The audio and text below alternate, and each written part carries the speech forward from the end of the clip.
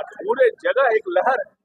जैसे बिहार में एक लहर है, वैसे फुलवारी में भी एनडीए गठबंधन की लहर है और बहुत भारी मतों से यहाँ श्याम रजक जी जीतने जा रहे हैं। देखिए, तेजस्वी यादव की जो है,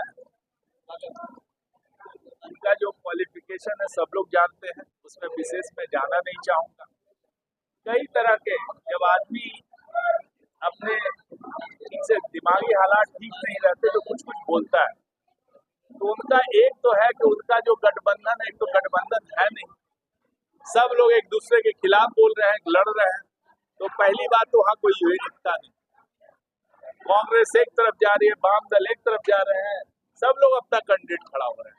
तो जनता, बिहार की जनता देख रही है, यहाँ पर कोई एकता नहीं। दूसरी बात है कि जो उन्होंने घोषणाएं की है, वो घोषणा सुन करके बिहार की जनता यही कहेगी कि ये व्यक्ति वही घोषणा कर सकता है जो अनपढ़ हो, जिसको थोड़ा भी कैलकुलेटर चलाना आता हो, थोड़ा भी कैलकुलेशन आता हो।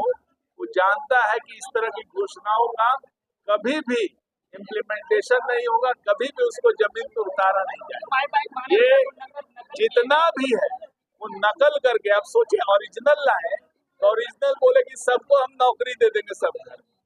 जब ऐसा होता है, पूरे विश्व में कोई ऐसा प्रदेश नहीं, कोई ऐसा देश नहीं जहां नौकरी हर घर में दिया जाए।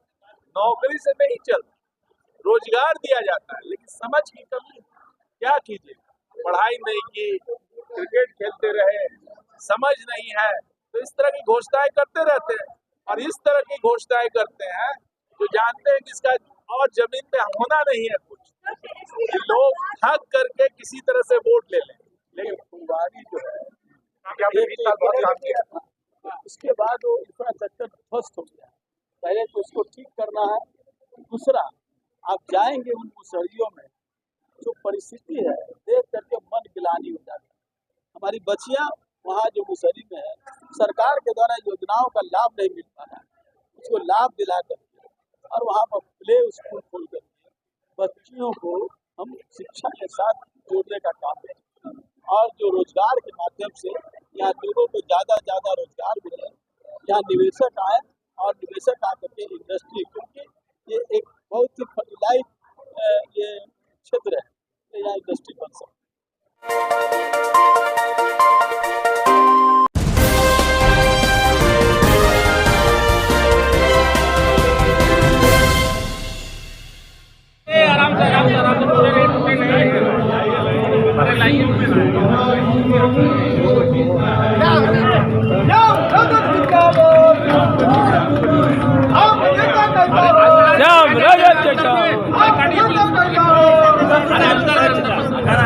आराम चाचा सब सामने से हटाइए, हट जाइए, दिक्कत हो रहा है।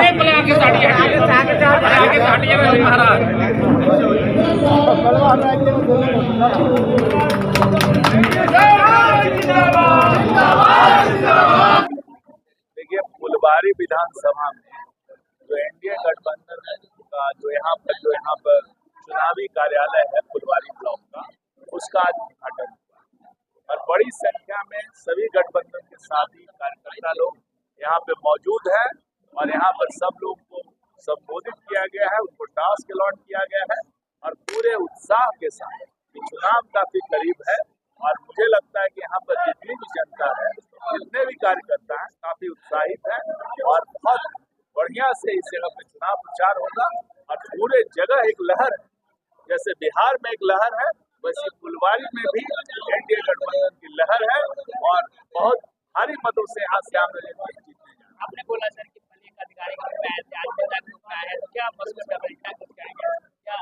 अधिकारी के रूप में जनता से थोड़ी दूरी होती है, लेकिन जब जनप्रतिनिधि के रूप में आप जाते हैं तो आप जनता के साथ होते हैं। आज देखिए, सबके साथ, सबके बीच में हूँ और यहाँ से जो भी कोई भी समस्या होगी उसको दूर करने में यदि हमारा भी कोई रोल रहेगा तो जरूर।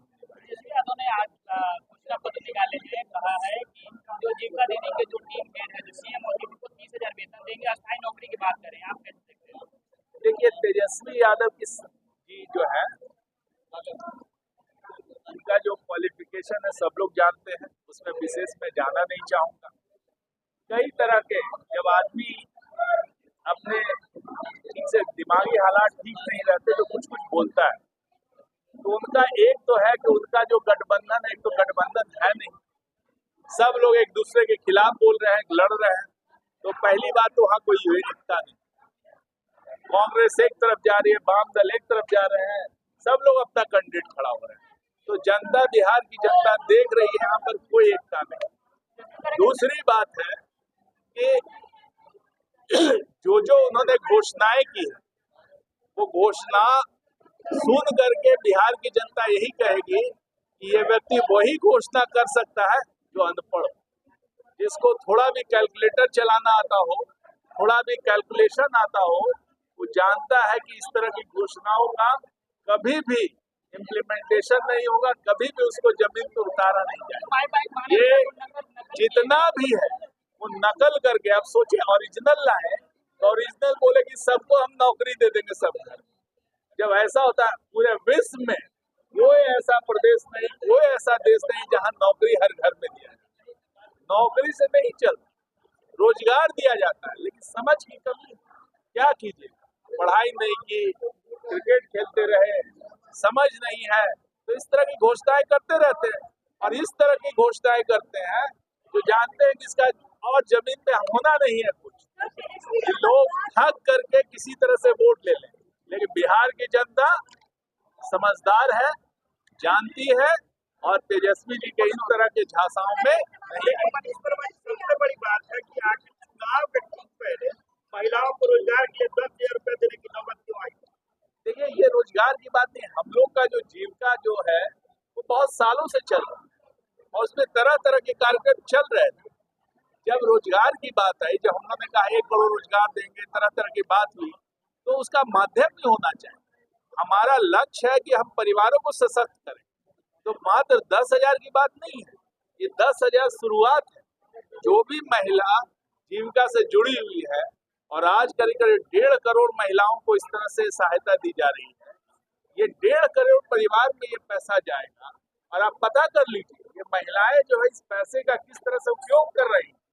कोई अपना छोटा बिजनेस चला रहा है, कोई सब्जी की दुकान खोल रहा है, कोई बकरी खरीद रहा है, कोई गाय खरीदने की बात कर रहा है, कोई अपना छोटा दुकान चला रहा है।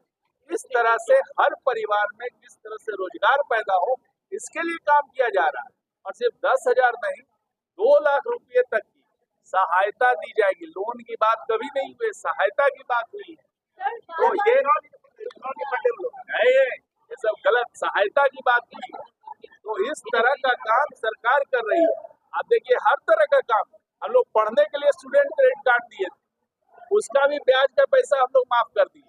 तो तरह तरह का हम लोग काम कर रहे हैं लोगों की सहायता की। तेजस्वी यादव बार-बार मुख्यमंत्री के बात पर उठा रहे हैं, कुछ तस्वीरें आती है कहती अब तो जनता भी मान चुकी है कि मुख्यमंत्री ठीक नहीं है।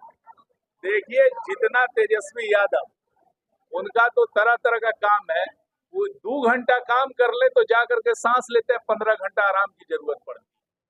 युवा अपने को कहते हैं, और एक यात्रा निकाली, उसको पूरा भी नहीं कर पाए। 8-10 महीना हो गए, वो यात्रा पूरा नहीं कर पाए, क्या वो बात करेंगे? अरे युवा कहते हैं, युवा जैसा जोश। मुख्यमंत्री, जब बाढ़ की बात आती है तो बाढ़ में मुख्यमंत्री, आदरणीय मुख्यमंत्री सब बाढ़ क्षेत्रों का दौरा करते हैं। यही भाई साहब जा करके दिल्ली में रहते हैं और विदेश में रहते हैं, तो इनकी क्या बात करिएगा?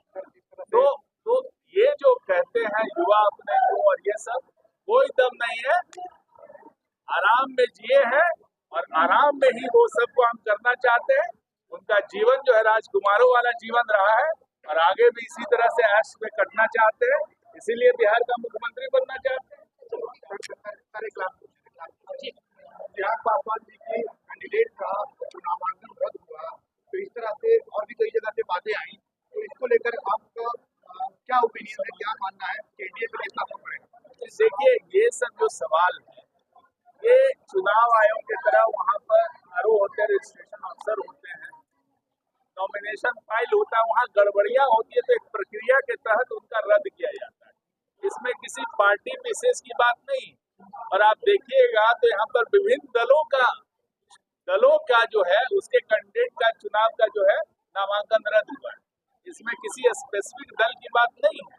और जो भी हुआ है एक कानूनी प्रक्रिया के तहत हुआ है। ऑब्जर्वर हैं वहाँ पर, सब ऑफिसर हैं, सब लोग देखते हैं। यदि कुछ गड़बड़ी हुई है तो लोग ऑब्जर्वर तो शिकायत कर सकते हैं, लेकिन जिस तरह से नामांकन रद्द हुआ है उसका कारण उन्होंने बताया कि जहाँ प्रपोजर का नाम था वहाँ एप्लीकेंट दे दिए, और जहाँ पर ये है तो नाम ही गड़बड़ कर दिए। तो ये सब प्रक्रियाओं में जो गड़बड़ी हुई है वो होती है, कभी कभी गड़बड़ी होती है। आएंगे क्या हमें कोई बात नहीं, फुलवारी शरीफ आएंगे क्या?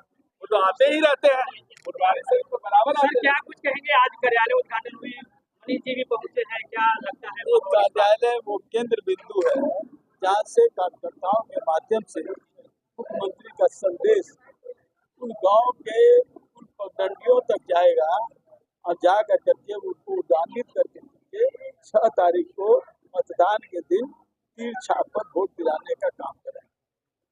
मुद्दे क्या क्या है आपके लिए अभी फुलवारी के लिए, अगर करके सामने कुछ आपका कुछ एक दो मुद्दे इम्पोर्टेंट है फुलवारी शरीफ देखिए फुलवारी जो है के? आपने 20 साल बहुत काम किया। उसके बाद वो इंफ्रास्ट्रक्चर ध्वस्त हो गया। पहले तो उसको ठीक करना है। दूसरा, आप जाएंगे उन मुसहरियों में, जो परिस्थिति है देख करके मन गिलानी हो जाती है। हमारी बच्चियां वहाँ जो मुसहरी में है, सरकार के द्वारा योजनाओं का लाभ नहीं मिल पा रहा है, उसको लाभ दिला करके और वहाँ पर प्ले स्कूल खोल करके बच्चियों को हम शिक्षा के साथ जोड़ने का काम करें, और जो रोजगार के माध्यम से यहाँ लोगों को ज़्यादा रोजगार मिले, यहाँ निवेशक आए और निवेशक आकर के इंडस्ट्री, क्योंकि ये एक बहुत ही फर्टिलाइज ये क्षेत्र है, तो यहाँ इंडस्ट्री बन सकती है।